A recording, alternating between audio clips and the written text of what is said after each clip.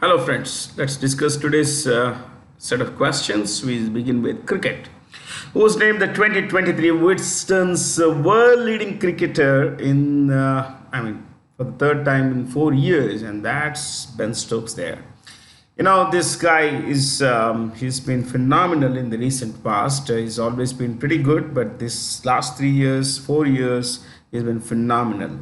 Now, Wisdom is his almanac. It's a yearbook. It's published from London, and what you should know is that this is also called the Bible of cricket. So, if Wisdom endorses someone to be pretty good, they are pretty good. Now, coming to the other awards given by Wisdom this year would be, I would suggest you write this because the more you write, the better for you. And of course, when we write, we tend to remember much better. So, world leading cricketer or Wisdom's leading cricketer in the world, Ben Stokes of England. Next, women's leading cricketer in the world, Beth Mooney. Let me spell the name for you. Beth Mooney of Australia.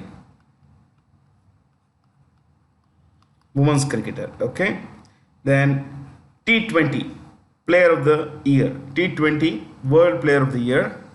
Our Surya Kumar Yadav. Surya Kumar Yadav.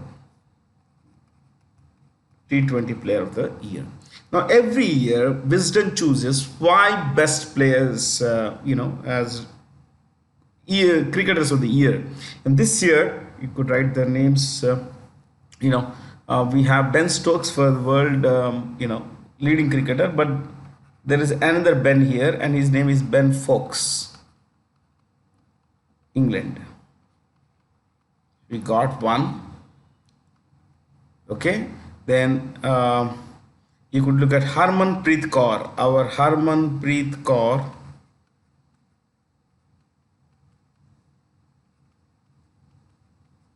One of India's greatest women cricketers,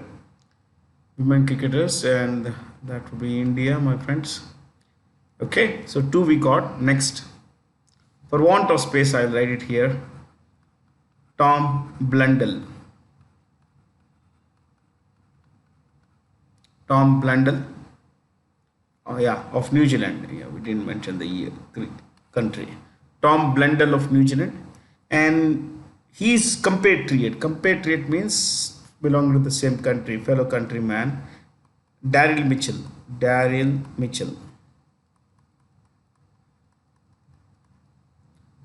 New Zealand. Okay, so Ben Fox also has a compatriot here in this list, and that would be, what's his name? Yeah, I forgot. Yeah, not really forgot. Matthew Potts. Not the kinds of names with most of us would be familiar with, but then we have all these 5 here: Matthew Potts and Ben Fox of England, Tom Blundell and Daryl Mitchell of New Zealand, and our own Harmanpreet Kaur. Okay, top 5, what are called 5 cricketers of the year. Now, Beth Mooney is a woman's leading cricketer in the world. Surya Kumar Yadav is a T20 leading cricketer, and coming to Ben Stokes, men's leading cricketer in the world. Overall, also Ben Stokes.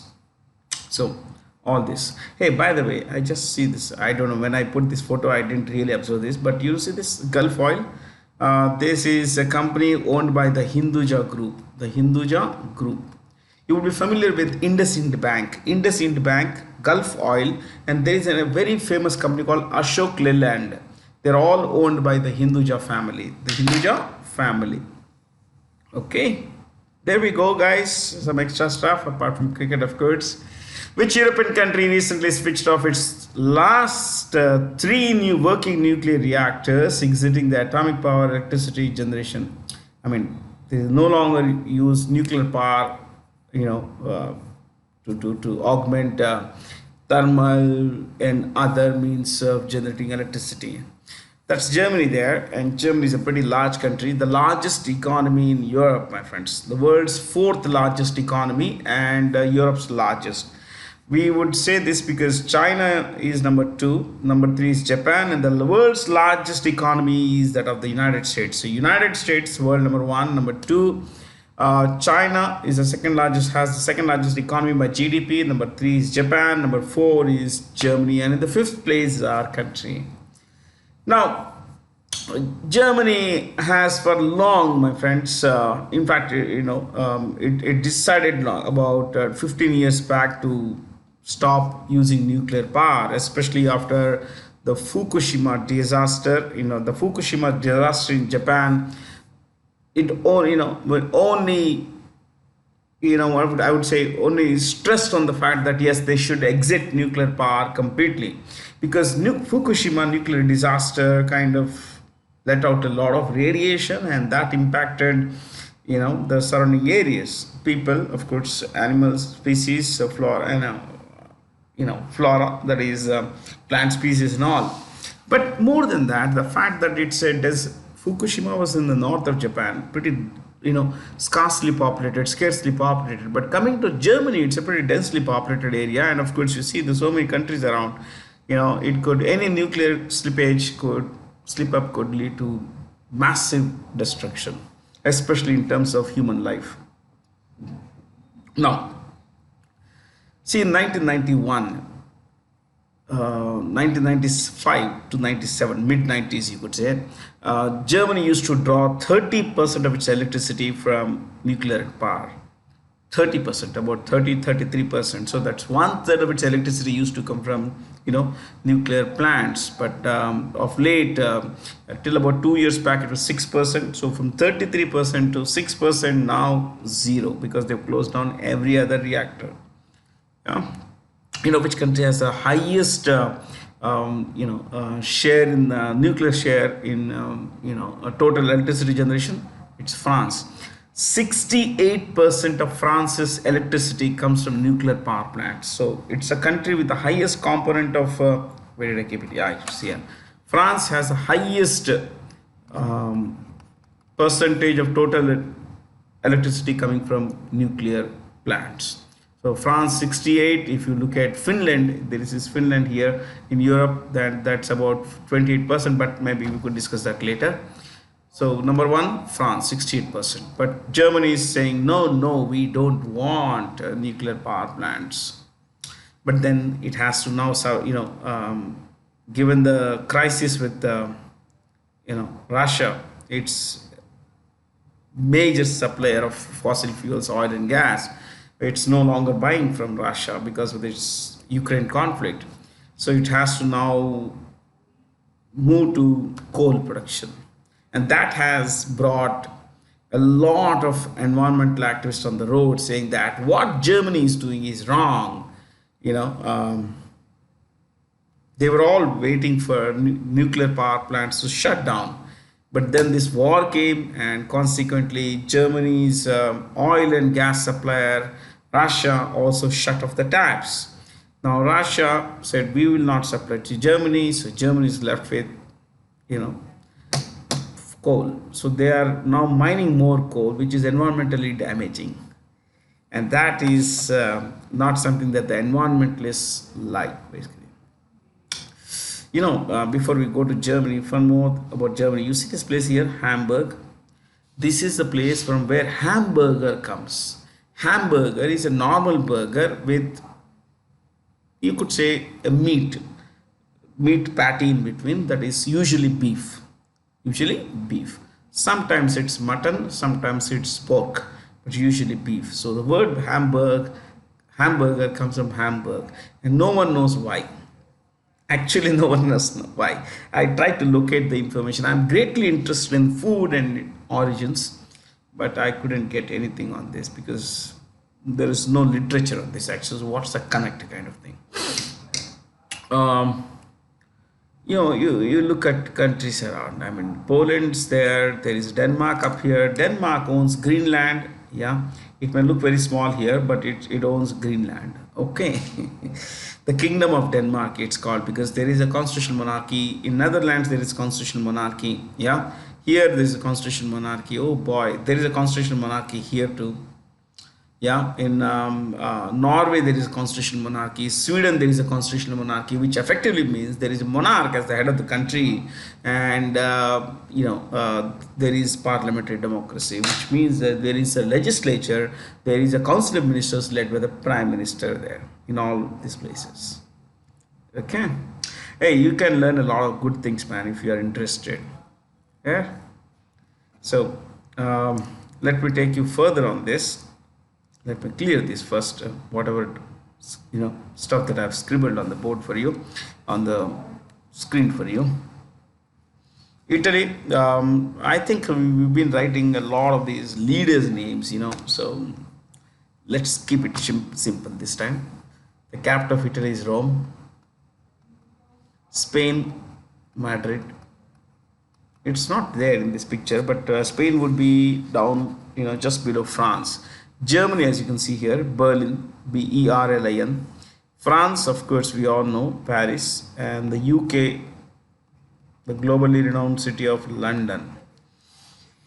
Okay, there you go. See, this is Switzerland. It's a landlocked country, so is Austria, Czech Republic. Okay. In protesting against high inflation, instead of saying in protest against high inflation, you could say protesting high inflation. Thousands of people turned out for anti-government protest in Prague, which is the capital of Czech Republic.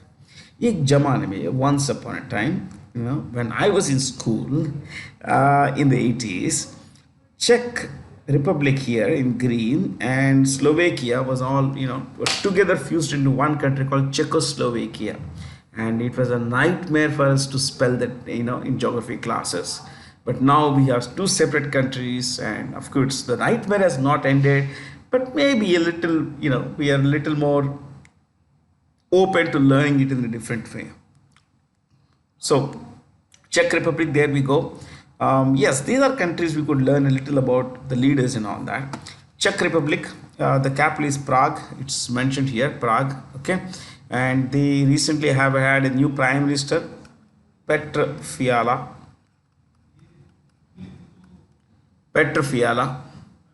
One more thing you need to know is that the president is also called Petr Pavel, but this is Petr Fiala. That's a prime minister there. Okay. We have Austria. I want you to become familiar with Austria. This is here. This is Austria. Okay. This is a very tiny country. Like Germany, it doesn't have a prime minister. It has a chancellor. So two countries, Germany and Austria, have a chancellor as the head of the government. In the case of Austria, the capital is Vienna. Okay, let me bring in a little more. Vienna.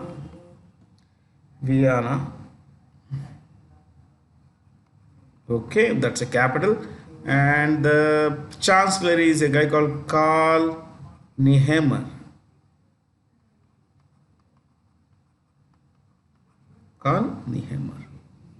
Okay. Slovakia. This is Slovakia. You can see here. Yeah. Czech Republic, Slovakia. The second part of Czech Republic. Slovakia's capital, as mentioned there, is Bratislava.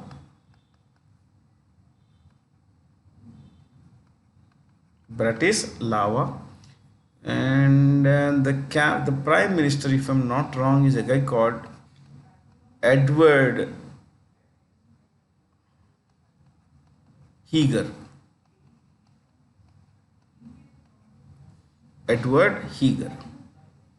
Okay. In some places you may not find this O, which is okay. Don't worry too much.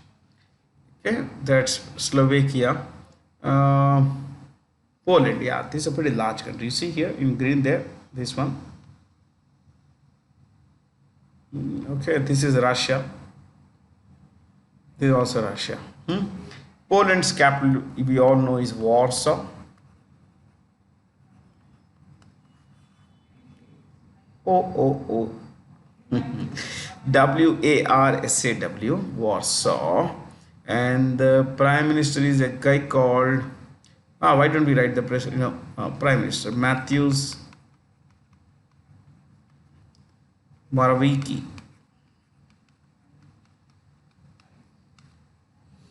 It is Moraviki. Okay, there, Croatia. It's not mentioned in this map. Right below here, you would find Croatia, of course. Let me clear this before I mention anything to you about Croatia. Zagreb is the capital, and the prime minister is what's the name? Andrej Plenković. Andrej. That's how they pronounce Andrej Plenković. Plenković. Okay. A lot of these countries in Europe are in deep trouble. See, we are a large country, so the demand for a lot of things is very high, and consequently there is inflation. But in small countries like Czech Republic, Slovakia, there has been massive inflation, especially because of two things: one, the war in Ukraine, and two, rising gas and oil prices, which are a function of the first one, oil and gas, because of Russia's refusal to supply to European Union countries. And the second fact is that oil and gas prices, the other thing is prices have gone up not only because of oil crisis, the Russia-Ukraine crisis, and consequently impact on oil prices, oil supply and prices. There's more here. A lot of things that were coming from outside in these countries are also getting impacted. Prices elsewhere have increased, so they have had a cascading impact on the local inflation as well. Okay. The Olkiluoto 3 reactor, dubbed Europe's most powerful nuclear reactor with a production capacity of 1600 megawatts, has started regular output. And this is in Finland. That's Finland, my friends. See, there are 4 countries which are typically called Scandinavia: Norway, Denmark, Sweden, Finland. They are called Scandinavia. Okay, these 4 countries are called Scandinavia. Okay, now if to this we add Iceland, we get Nordic countries. Nordic countries. Okay, 4 countries make Scandinavia: Finland, Sweden, Norway, Denmark. Fair? To 4 of these Scandinavian countries, we add the island country of Iceland, we get Nordic countries. That's easy way of remembering things. Okay. Finland, whenever I get a choice like this, whenever I learn, what I do is I pick a story and build notes around it, mental notes around it. Like, for example, I read that Finland, and we learned back in school that Finland is nicknamed the land of 1,000 lakes. Does Finland have 1,000 lakes? No. It has much more than 1,000. It has many more than 1,000. In fact, I would say, the exact number is, as far as Wikipedia is concerned, 1,87,000 lakes. Yes, 1,87,000 lakes that are more than 500, square kilometers. Not exactly 500 square, 500, I would say about 1,000 square, 1,000 meters basically, square meters. So some of these lakes are pretty large, some are of course tiny, but there are lakes. There are lakes everywhere. Now let me take you further on this. Finland is home to a parliamentary democracy, and its prime minister is Finland, by the way, is the capital of the Finnish capital is Helsinki. The prime minister is Sanna Marin. She is likely to resign soon. Sanna Marin, because she lost election recently. Sanna Marin. Double N. Sanna Marin. She became the prime minister of Finland at the age of 31. That would make her the youngest head of the government anywhere in the world. Okay, we're not talking monarchs, we're talking of elected persons.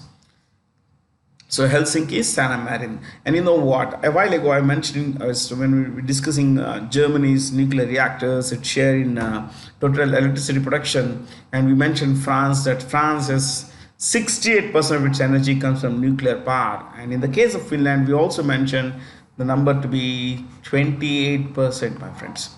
28%, more than one fourth of the total electricity output in Finland comes from nuclear plants. Nuclear plants. Okay. While I was learning about Finland, I went to this city. There is a Wikipedia article on Tampere. Okay, so I was learning about it. I looked at all the photos, and there was this one particular photo I found food. Of course, food is very interesting. Tampere, the food of Tampere, 50% of all the wings, the buffalo wings and all that, are eaten in this place. 50% of all consumption of wings in Finland is in this city and surroundings. That's a lot of wings. Okay. So recently Finland became a member of the European Union. Became a member of NATO, which effectively means that its entire super long boundary with Russia is now NATO bound. There is NATO here. This is all NATO. NATO is standing here. NATO was earlier standing on Tallinn, Latvia, Lithuania, 3 places. Now it's standing everywhere. It's standing this entire length actually. This is Norway, guys. Norway is a pretty large country, the largest of these countries in this area. And Norway's capital, as you all know, is Oslo, while the Prime Minister is a guy called Jonas Store or Jonas Store. Jonas Store.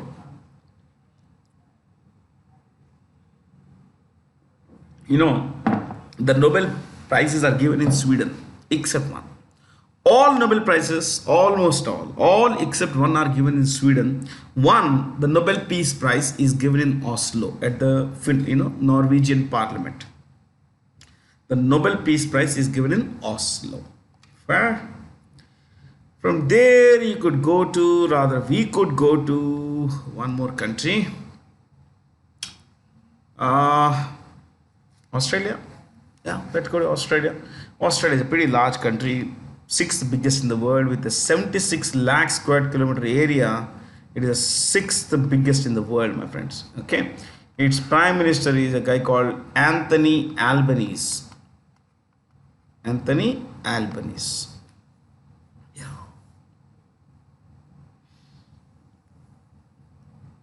Recently, I got a mail from one of our students. We got some messages from one of our students. People send feedback as to what they would want, what went right, what could have been better, and all that stuff. So you could also send a mail to info@timeforeducation.com. info @timeforeducation.com. You want me to discuss a story in one of these sessions? I could bring that story in because I'm a storyteller. You want to know about a particular global event that's happening around, and you want more data on that, more of a story behind the story, send a message. I'll pick it up.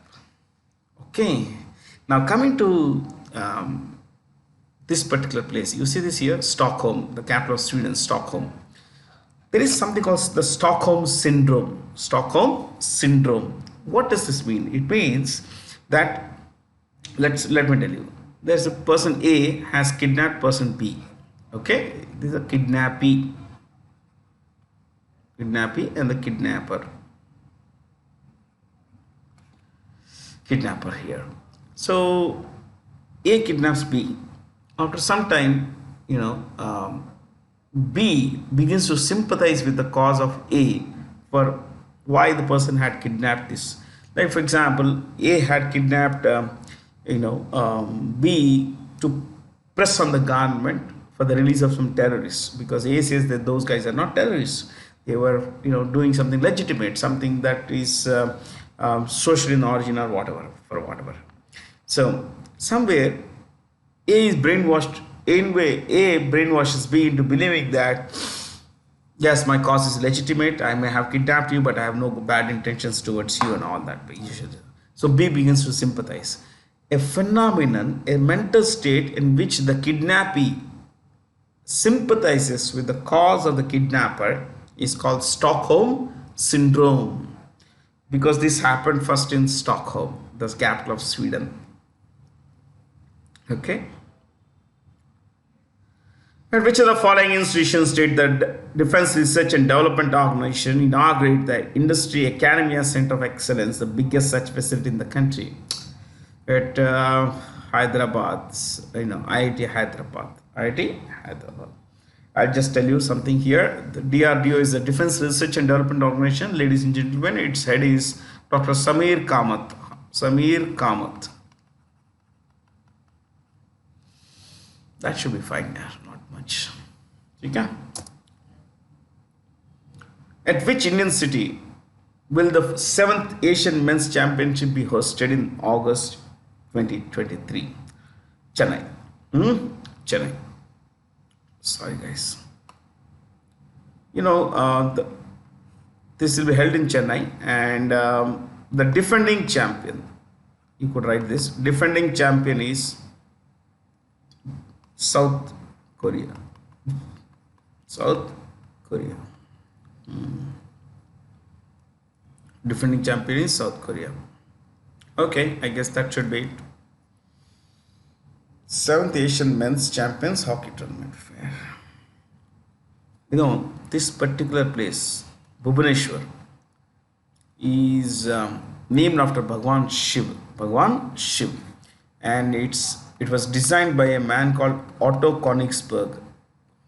I think I'm right here. Please let me know if I am incorrect.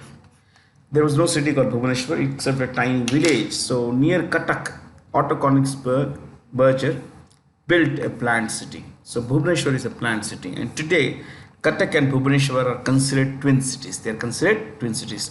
Chandigarh is also planned. Yeah, Le Corbusier planned it.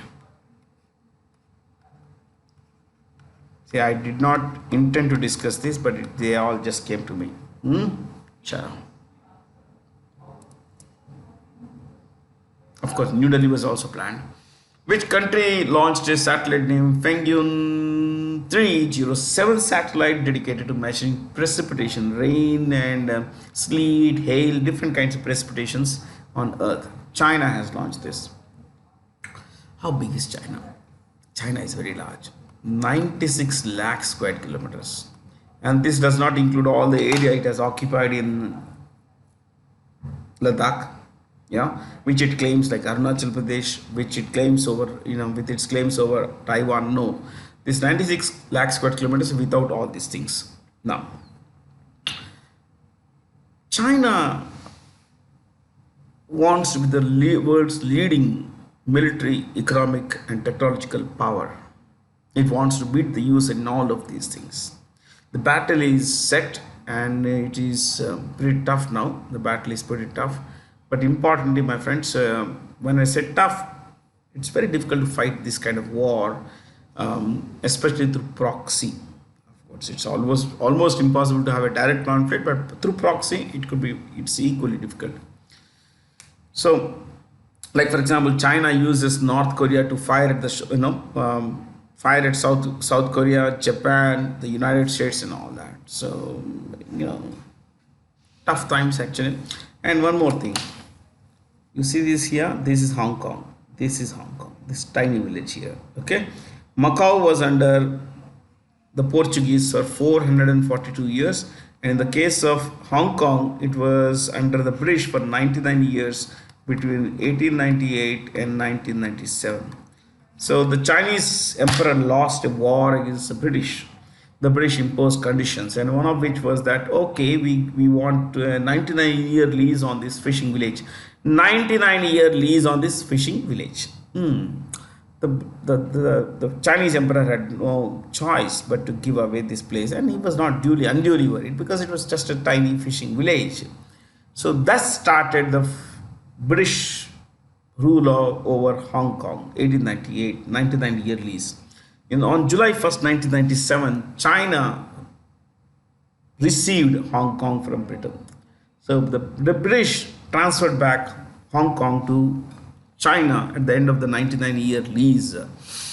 So at the time, the British had had extracted a promise from China that one nation, two systems shall be preserved in Hong Kong. One nation, two systems. Separatism means Hong Kong will be a part of China. That's one nation. Two systems. Elsewhere in China there could be communism, single party state, dictatorial state. But when it comes to Hong Kong, there shall be democracy. So China said, okay, we are okay with it, no problem. So Britain put this condition for 50 years. So 1997 to 2047. But things are so bad in Hong Kong today that more or less it's in a power grab by Beijing in that part in Hong Kong, because now there is extrajudicial detention. There is this, people are being detained in Hong Kong and then taken to mainland China, where the laws of detention, everything are very different. They cannot be challenged. Here in Hong Kong, they could be challenged, but now things are changing very differently. Oh, it's actually getting worse in China. So you see this Mongolia here. It's a pretty large country, the world's most scarcely populated country. It has a population of about 31 lakh that lives in 15 lakh square kilometer area. Yes, 15 lakh square kilometer area. So hardly 2 persons per square kilometer in Mongolia. So from here you could also look at something more. Okay, there are this group of islands here. Okay, these are occupied by the USSR, but they were first occupied by the USSR and later by Russia. So Russia today owns the Kuril Islands. They are called the Kuril Islands. Now they are controversial for the reason that China says they are ours. They are ours, but you have occupied. They have been telling the Russians. The Russians said, chill guys, they already been ours. Whoever owns it, whoever controls it, owns it, kind of thing. So the Russians covet these islands because it gives them a foothold against Japan. Japan and China don't share a very good relationship because Japan is seen as a pro-West country, pro-United States country. Okay. There's a lot to learn, guys. One last point. You see this Vladivostok here? This is the only ice-free port in Russia. Only ice-free port means there is never ice here. Okay.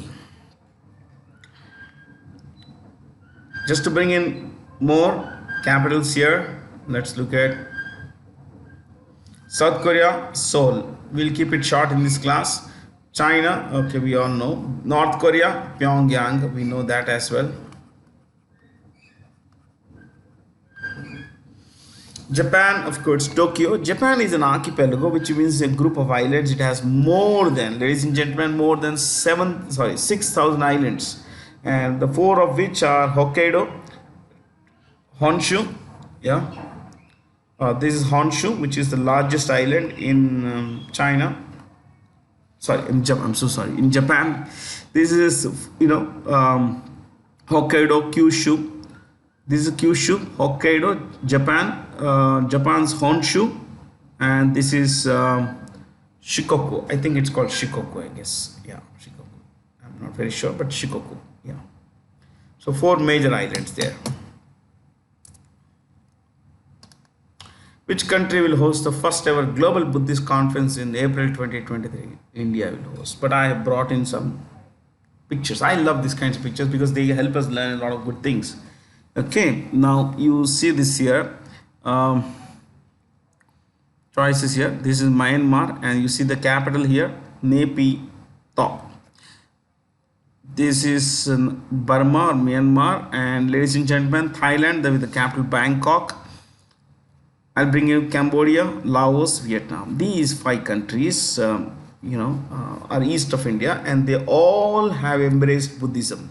The main religion in all these places is Buddhism. Okay, if you look at Laos, Cambodia, and Vietnam, these 3 countries, my friends, were together called Indochina. They were the part of the Indochina French Empire. France ruled this place for a long time. And France gave it the name Indochina because the word India comes from, the culture religion and way of customs and traditions, everything in this part of the world. Buddhism, Hinduism was there for a long time in these places. There have been considerable influence of these cultures on these people here. Now coming to the China part, yes, there are racial feature. That's a racial feature. The Mongolite people, the Easterners are all Mongolite people. They have similar features and all that stuff. Okay. Just why don't we look at the capitals? It's already mentioned. So why don't we look at something more? Currencies for a change. Okay. Myanmar, I didn't intend to discuss this, but anyway, Kyat, Cambodia, Rial, Thailand, Baht, Laos is Kip. Was it Kip? And if you want to know the names of the leaders of some of these countries, you could just look at Laos.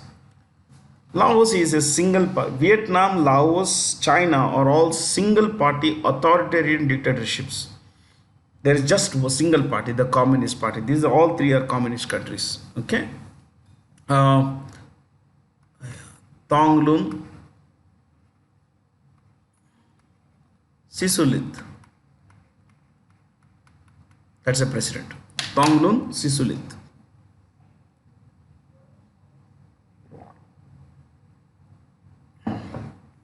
Okay, that's a president. Cambodia. Cambodia's prime minister is Hun Sen. It's a constitutional monarchy. This guy is a dictator, my friends. Hun Sen. Thailand has a Raja. The Prime Minister, means elections are due, so we will not discuss the Prime Minister. The Raja's name is Maha Vajiralongkorn. Vajiralongkorn. One word. Okay, that should be fine. Myanmar has a dictatorship, a military dictatorship now. The name of the military dictator is Min Liang Ong. This should be fine. Min Liang Ong. Now let me clear all of these things. Let me bring you something more. You see this? This is Malaysia. This is proper Malaysia and this is Eastern Malaysia. You see this? Eastern Malaysia. These are all Malaysia. So these two are called Malaysia, my friends. These two areas. Within the Malaysian portion in the north is the country of Brunei. Brunei. Brunei. Okay? At the tip of the Malaysian peninsula, you find Singapore. This is Philippines, named after King Philip II of Spain. This was ruled by Spain between 1568 and 1898. 330 years Spain ruled this area, my friends. You see, this is Okinawa. Okinawa, the island of Okinawa, is home to a huge American military base. You found here Macau SAR, Hong Kong SAR. SAR stands for Special Administrative Regions. Special Administrative Region. So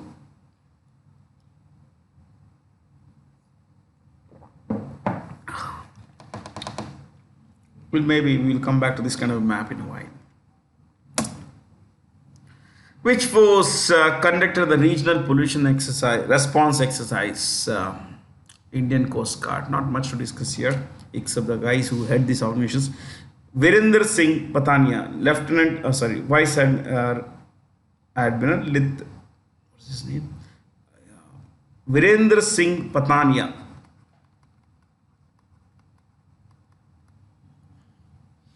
Central Reserve Police Force, headed by Sujoy Lal Thawsen.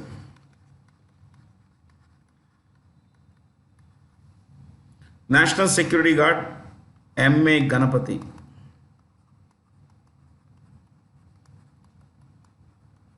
Indian Navy, Admiral R. Hari Kumar. Indian Army, General Manoj Pandey.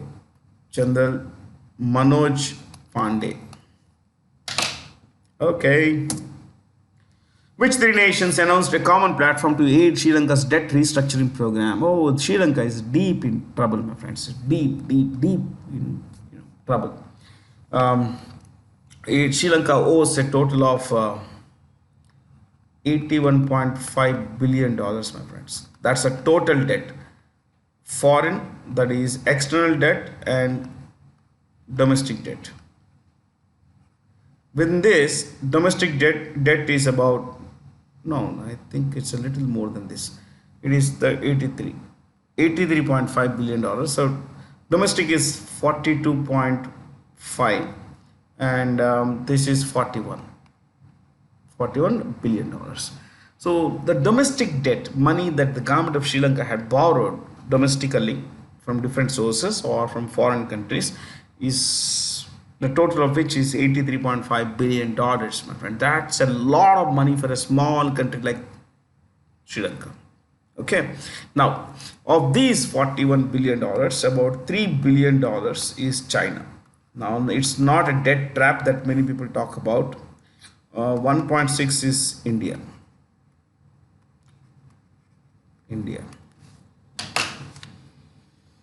Okay. Sri Lanka recently received a $2.9 billion bailout from the IMF. Sri Lanka, kinds of countries have not learned from their mistakes. Pakistan, Sri Lanka. Look at Sri Lanka. This current $2.9 billion bailout from the IMF is its 17th such bailout from the IMF. 17. So 17 times the Sri Lankan economy has been in major crisis, and where they haven't had sufficient foreign exchange reserves to pay for their imports and of course pay loans that are due, or at least the interest on the principal. They've never learned. So Pakistan has had 11 or 12 IMF bailouts, and coming to Sri Lanka, it's 17 bailouts. Whom the following persons was crowned Femina Miss India 2023 in Manipur? That's the middle one is Nandini Gupta. This is Shreya Punjal, first runner-up. Shreya Punja.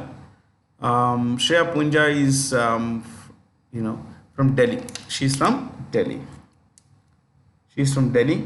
She was Miss Delhi. This is Nandini Gupta from Rajasthan, Miss Rajasthan. And Strela Luwang is Miss Manipur. Okay. So second runner-up, first runner-up, winner. Okay. India will buy 250 more Pralay ballistic missiles for the services, army, services, military services. In this context, identify the correct statements about the Pralay missile. It's a surface-to-surface missile. It has a range of about 150 to 500 kilometers. It is propelled by a all of them are right actually. Let's not discuss this. If you want to know more about surface-to-surface air missile, you just have to look at Prithvi. Prithvi is surface-to-air missile, my friend. Sorry, surface-to-surface missile, which means it's launched from surface to hit a target on surface. Okay. We are ramping up this production, keeping in mind the threat from China. Which African nation launched its first operational Earth observation satellite named Taifa, the first satellite on board a SpaceX rocket? Okay, you look at Kenya. Kenya has done this. Kenya is one of the more stable countries in this region, but of course recently it has had major trouble between warring tribes, especially after the president refused to concede the victory. Anyway, DRC is the Democratic Republic of Congo. This is a huge country of DRC. The Democratic Republic of Congo, okay, and its capital is Kinshasa.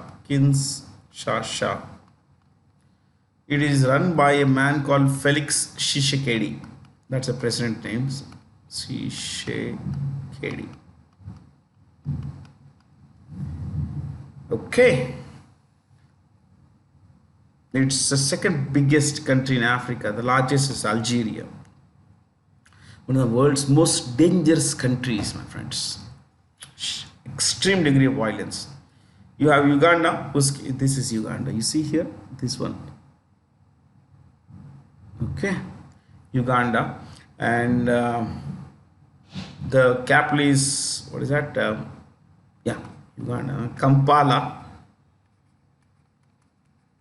and the president is the same guy who has been in power since 1986, Yoweri Museveni.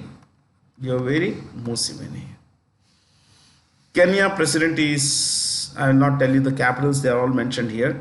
Prime Minister William Ruto. Tanzania's I think Samia Hassan Suluhu.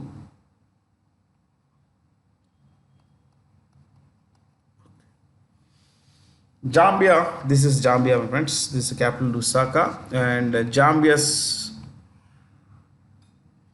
Hakainde Hichilema. Hakainde Hichilema. Okay. Which city scripted history with the successful trial run of India's first underwater metro rail? Kolkata. The Kolkata Metro started in 1984, my friends, 1984, and now they are connecting Howrah with Kolkata. The Nadi Hooghly passes through the city. On one side is Howrah, the western portion is Howrah, the eastern portion is Kolkata. Now, what should we know about this? Tunnel? It's a 4.8 kilometer long underwater tunnel. Okay, underwater tunnel. The tunnel is 32 meters below sea level, below the water, 32 meters below the water. The stretch between one bank of the river to the other bank is about 508 meters, if I'm not wrong, 520 meters something. 520 meters, river stretch. So overall underground is longer, but the river stretch is just 520 meters. That is half a kilometer, my friends. And it has been built at a cost of about a lot of money, my friends. 8,500 crores. 8,500 crores. That's a lot of money. But then now, we are demonstrating certain technologies that we haven't had in the past, and of course, we implemented them, and today we have a miracle. Metro train goes from under the river, my friends. It's a fabulous thing. Yeah. So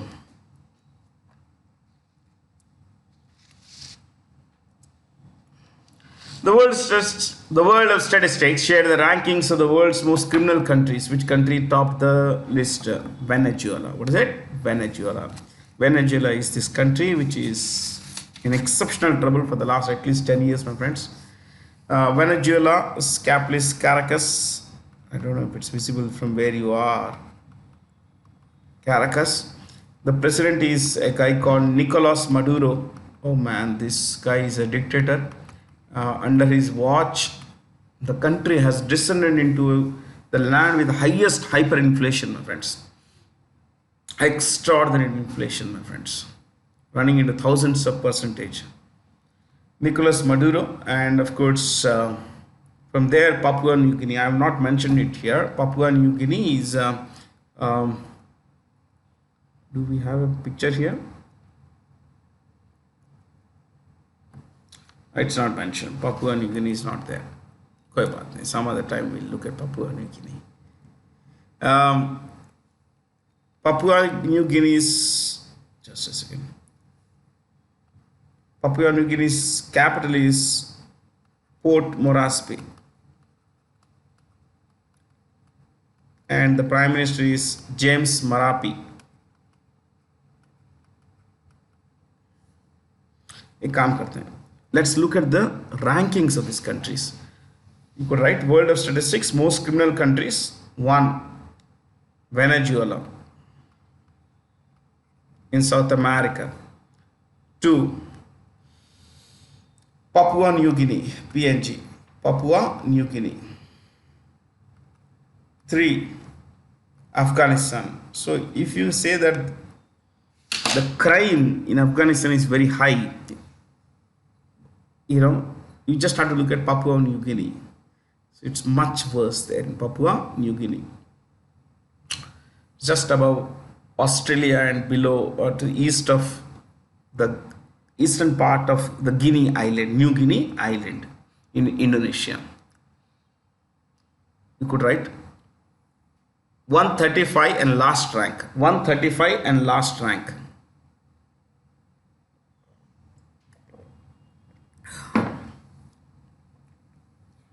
Japan, the least criminal country in the world. Japan. Next, India rank 77. Next, United States 55. So United States has a worse record than India. I normally don't trust these rankings and all that. India 77, United States 55, and UK 65. UK 65.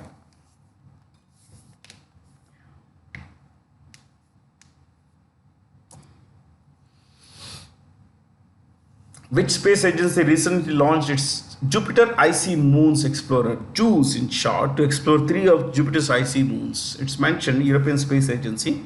European Space Agency. If you want to write, I can give you some dope on this. JUICE dash Jupiter Icy Moons Explorer. Next, rocket launched from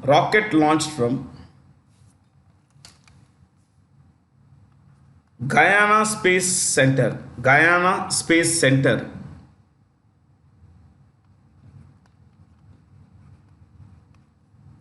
Guyana Space Center dash French Guyana.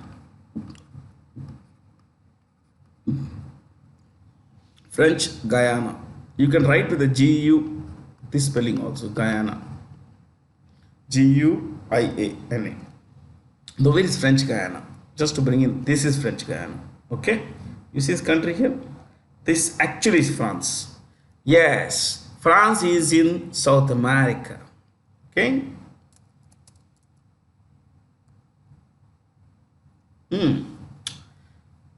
Couple of more things. JUICE will study, JUICE, that is this particular space, explorer, will study 3 of Jupiter's moons. Ganymede, Callisto,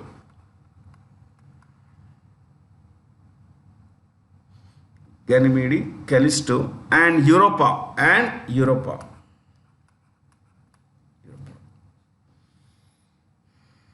Dash likely to have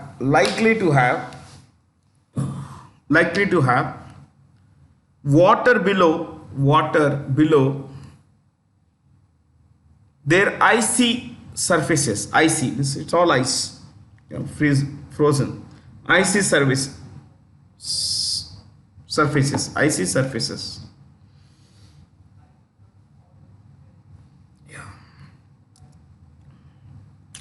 India's tallest Ambedkar statue, measuring 125 feet, was inaugurated in my city. My friends, I saw this. This is a magnificent statue.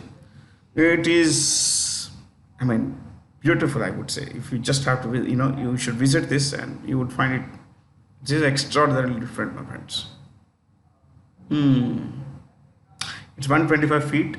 It was designed by, you could write this, designed by Ramji or Ram Vanji Sutar, the same guy who designed Sardar Vallabhbhai Patel's statue in Kevadia village in Gujarat, the Statue of Unity. Ram Sutar. He is an architect or designer Ram Sutar. Hmm? See, Babasaheb was born. Just a second, let me clear this. Dr. Bhimrao Ramji Ambedkar. Bhimrao Ramji Ambedkar. Let me write this and I'll tell you why I have written this. Doctor, because he had 2 PhDs. Can you beat this? When I first read this, think about the hard work people have put in. Extraordinary hard work. And at that time, where did he do his PhD? He did his PhD from Columbia University. Yeah, and one more thing, I don't remember where is this. One Columbia in America. Second, yeah, London School of Economics. London School of Economics. These were PhDs in economics. Some extraordinary talent, no? 2 PhDs. He studied his MA and all that stuff in India at Bombay University, Mumbai University. So Columbia University and Columbia University PhD and LSC PhD plus what is called Doctor of Science, more advanced degree. Now, his name, first name was Bhim, was his first name. Of course, Bhim Rao, okay, Marathi. Ramji was his papa's name. And Ambedkar. Now, there is something you should know, my friends. His surname was not Ambedkar. His surname was Sakpal. This was his actual surname, Sakpal. But Babasaheb's teacher, now Babasaheb's papa, who was in the army there, okay, he came from a village called Ambedkar. Okay, this is in Ratnagiri district in Maharashtra, coastal Maharashtra. He came from this village. So normally among Marathis, they use the word Kar after the name, the place they come from. Like Mumbai Kar. Mumbai Kar. Mumbai Kar is someone who's from Mumbai. So, this is how it was. Where he, in a school certification, everything, he entered the name as Ambadave. So, Ambadave otherwise. But then his school teacher, Babasaheb's school teacher, who was a Brahman school teacher, Krishnaji Keshav Ambedkar. The teacher's name was surname was Ambedkar. Okay, so the teacher changed Babasaheb's surname from Ambedkar to Ambedkar. Krishnaji Keshav Ambedkar, the teacher of Babasaheb, changed the name of Ambedkar to Ambedkar. You could look it up. I'm not kidding. Yeah. So otherwise we would have been saying Ambedkar. Okay, that's how the Babasaheb's name would have come. Deeply inspiring. Lot to learn from such great men. And of course, the virtues of hard work, learning, tolerance. Yeah. Not giving up. This is a great statue, you should visit it. Yeah. By the way, Babasaheb was born on, I remember this, 14th April, because this is observed as Prem Divas. Okay, 1891. 1891, and he passed away on 6th December 1956. Yeah. 56. He was about 65 when he passed away. 65, yeah.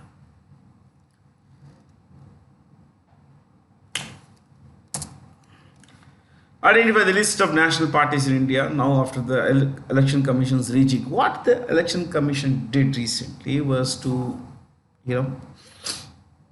remove 3 names from the list of national parties and added a few more. Okay, now they added the names of Aam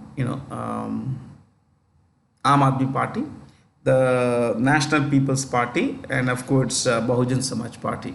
But coming to, they removed the 3 names. One is All India Trinamool Congress, Mamata Banerjee's party, Nationalist Congress Party, Sharad Pawar's party, and CPIM, Communist Party of India, Marxist. Okay, the three names were removed. Now, what are the current national parties of India? AAP, Aam Aadmi Party, Bharatiya Janata Party, and if you look at just only Indian National Congress, then we have what is this Bahujan Samaj Party, we have what is this National People's Party, which is the ruling party in Meghalaya, and it's also there in Nagaland also. Then we have CPI, what is it? Communist Party of India. No, I think no. I think this is not there. Communist Party of India. This is allowed here. Okay. Yeah, there is one more, I guess. Is there one more? 4 plus 2, 5. I think, yeah, 6 are there. These are 6 parties. So there are 6 national parties in India, and 3 have been removed in this list recently: CPI, Communist Party of India, All India Trinamool Congress, and Nationalist Congress Party. Okay. Now, what is a national party? Let's look at this now. Why are these called national parties, and these names, 3 names, have been removed? If you want some data, I would give you, please write this. Eligibility to be declared a national party. Underline that, first point. Recognized in 4 or more states. Yes, a party has to be recognized as a, state party in 4 or more states. Okay, next. Candidates must have polled. The party's candidates must have polled, P-O-L-L-E-D, polled at least 4% of total votes, total valid votes, at least 4% of total valid votes in 4 or more states,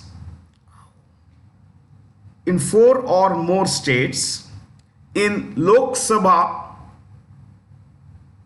or assembly elections,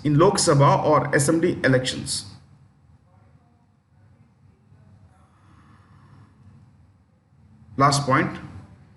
Must have won, WON, at least 2% of all Lok Sabha seats, all Lok Sabha seats in not less than 3 states. Not less than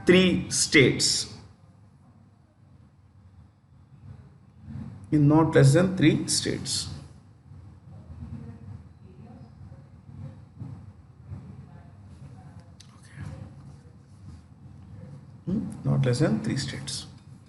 So there's our participants.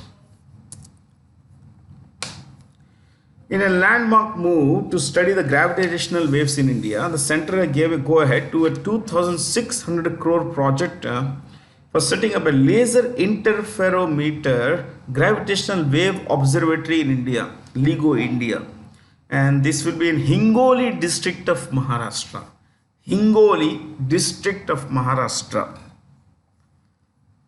This will be the 3rd LIGO facility anywhere in the world. The first 2 are in LIGO,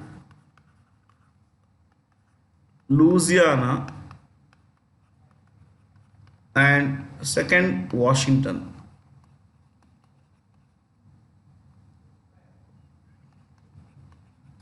US, both are in US. LIGO, Louisiana, and second Washington. Okay. 3rd anywhere in the world, my friends.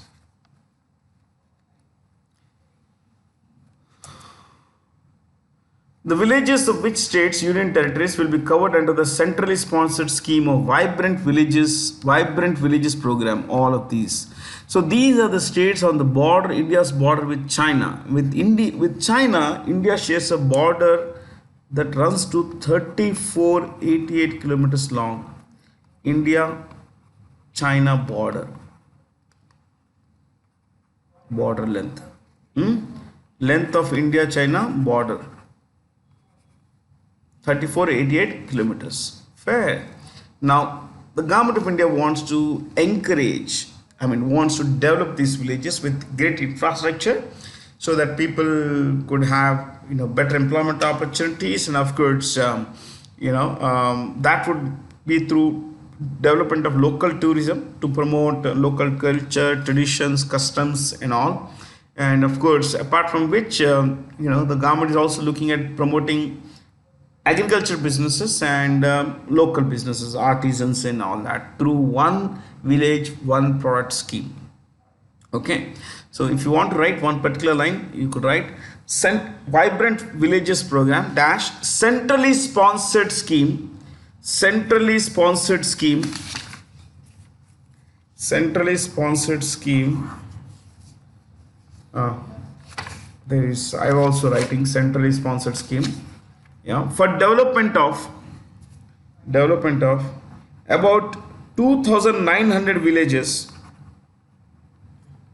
About 2,900 villages. The exact number is 2,963, but instead of saying 3,000, I am saying 2,900.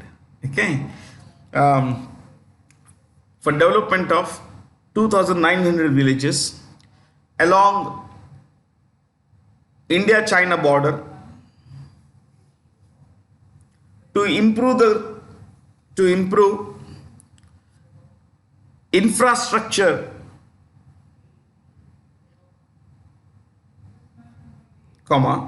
quality of life, infrastructure and quality of life for people living in border villages.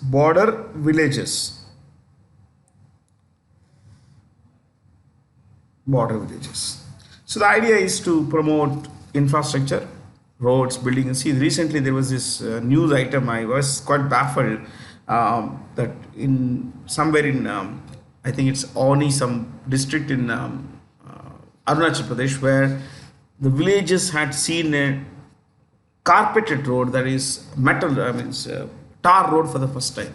75 years down the line of independence, the villagers saw a road, that connected their place with the rest of the country by road, of course. My God, I mean, this is how things are changing. Of course, hopefully they change in a much better way also. Which two nations launched their largest combat exercise named Balikatan Tagalog for shoulder to shoulder in waters across the South China Sea and the Taiwan Strait? This is China, this is Philippines. This entire, you see this here, okay, this is Philippines. This is also Philippines. Now, the US, this is Taiwan. The US and China don't see eye to eye. In fact, the US and the world do not see eye to eye with regard to China's claims in the South China Sea. This is a South China Sea, this entire, okay? You can see the name here. Now, China says this entire region is ours. You see this line here, the red lines here? This is called 9 dash line. This entire region, this area in this region is ours. Now, this is a direct violation of international law. Why? Because while China claims here, you should understand that there is something called the UNCLOS. What is it? UNCLOS. UNCLOS is like the United Nations Convention on the Law of the Sea. United Nations Convention on the Law of the Sea. Law, L-A-W, Law of the Sea. Okay. It says 1200 miles from the coast, okay, up to 200 nautical miles. That's about 360 kilometers. Okay, 1 nautical mile equals 1.8 kilometer, I think. Yeah. So 360 kilometers from the coast. Let's say we're starting on the coast. Up to 360 kilometers will be the exclusive economic zone of that country. Okay. Beyond this EEZ is international waters. They belong to all the countries. China says no, that's not so. We own this entire land. This is not international land. This is ours. And see, this, while it is Philippine EEZ, Indonesian EEZ here, Malaysian EEZ, Vietnamese EEZ. But China says these are all arts. They are all arts. There are sparkly islands here. There is a Scarborough Shoal here, which is a group of islands. They are all arts, they say. Oh my God, China is claiming everything, my friends. And China says no country can fly over this military aircraft through this region without our permission. But of course, nobody cares for China's permission. But things are pretty tough now, my friends. So to send a message to China, the US and its earlier major ally, now an ordinary ally, Philippines, yeah, they're all carrying out military exercises. Let's see how it works out. But China claims this entire region, my friend. This is, this China has made enemy. This particular claim that China has in this region has turned Vietnam, Malaysia, Indonesia, Philippines, Brunei. There is this tiny country here called Brunei. This, you see this region here? This is Brunei. This entire, all these countries have become more or less enemies of China because of Chinese claims. Okay, so okay, just let's look at capitals. We'll not look at more. Philippines, Manila. In the case of Philippines, we can look at president also. Marcos Bongbong. Marcos Bongbong. In some places, you will find Bongbong Marcos. One and the same, my friends. Bongbong Marcos is a president. The capital is Manila. Okay, I think that should be fine here. Not too much of stuff. This is Indonesia. Indonesia is not mentioned except in the bottom here. Yeah.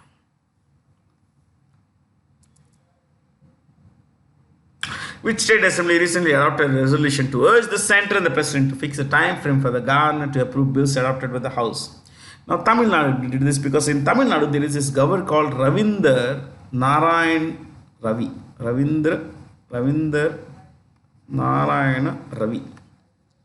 This governor, he's also the ex-governor of Nagaland and Meghalaya, two states. Meghalaya and Nagaland's ex-governor, IPS officer, former IPS officer, former deputy national security advisor, former joint chief of the intelligence bureau. Plenty of things he had held. Now, he's the governor there, and he's not giving assent, his signatures. He is not putting his signatures to the bills tabled by the Tamil Nadu government. So he's sitting on those files. That's what the Tamil Nadu government is alleging, and consequently, it has written to the president and the center that look, governors cannot be doing this. We want governors to give assent to our bills because they are policy decisions. Now, but there is no time frame. The Constitution of India does not talk of a time frame for any governor to follow. Okay, within this time, you have to give the assent. Okay, so these guys are asking for that to happen. See, in Telangana also there is this controversy. The governor here is Tamilisai Soundararajan, and there is this in West Bengal. There is this in the Union Territory of Delhi also. Yeah, where there is a lieutenant governor. Plenty of problems everywhere. Yeah. In which city has India proposed to develop a G20 park to symbolize togetherness on the path of development? New Delhi. We have been discussing the G20 for ages now. Let's skip this, my friends. Just to give you some idea, Kolkata is home to the Anthropological Survey of India, or the Indian Statistical Institute. One of these, Anthropological Survey of India, Indian Statistical Institute. One of these things you could write. Hyderabad, Ahmedabad Physical Research Laboratory, PRL. Physical Research Laboratory. Physical Research Laboratory. The center recently approved the National Quantum Mission to scale up scientific and industrial R&D in quantum technology. Identify the correct statements with regard to this. All of them. See, quantum computers is a major focus area for the current government, and If you look at China, it has only three focus to get the technology edge. China, while we are doing this, China is also focusing on artificial intelligence, space, and quantum computing. Quantum computing. So these are the three major focus areas for China. India is also going that way. Okay, we are, because this is the future. This is the future. Quantum computing is the future. Extremely fast, super duper fast computers, and which can churn out multiple what we say at multiple times the current speed of current supercomputers. From which nation did Ukraine recently receive the Patriot SAM systems in its war with Russia? SAM is surface to air missiles. What is it? Surface to air missiles. This is it. So these are the missiles. These are the canister. This is the canister. From here the missile is fired. Okay, and this is the radar that tracks those things basically. So the Patriot surface to air missile systems. They are developed by an American company called Raytheon. Patriots are developed by an American company called Raytheon, one of the world's largest defense equipment makers, my friends. Okay, so Raytheon has developed this, and if you want to know what is the full name of Patriot, it comes from the name of this radar. You know that this radar has given the name to this. You could write this: phased. It won't ask you in any exam, just for fun. Phased array tracking. I follow this kind of stuff on a daily basis, defense stuff and all. Phased array tracking radar to intercept on target,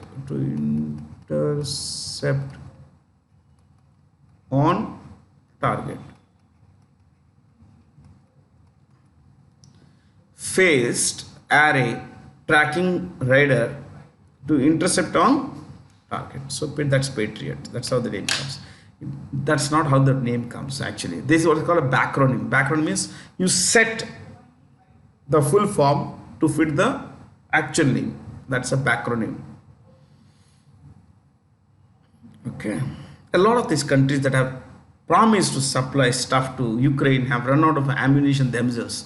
See, the Americans may say that we are going to supply this, that, and all this, but they're already down to their last resources, and they say that look, we cannot produce, we cannot hand over to Ukraine what we need in case we need defense preparedness.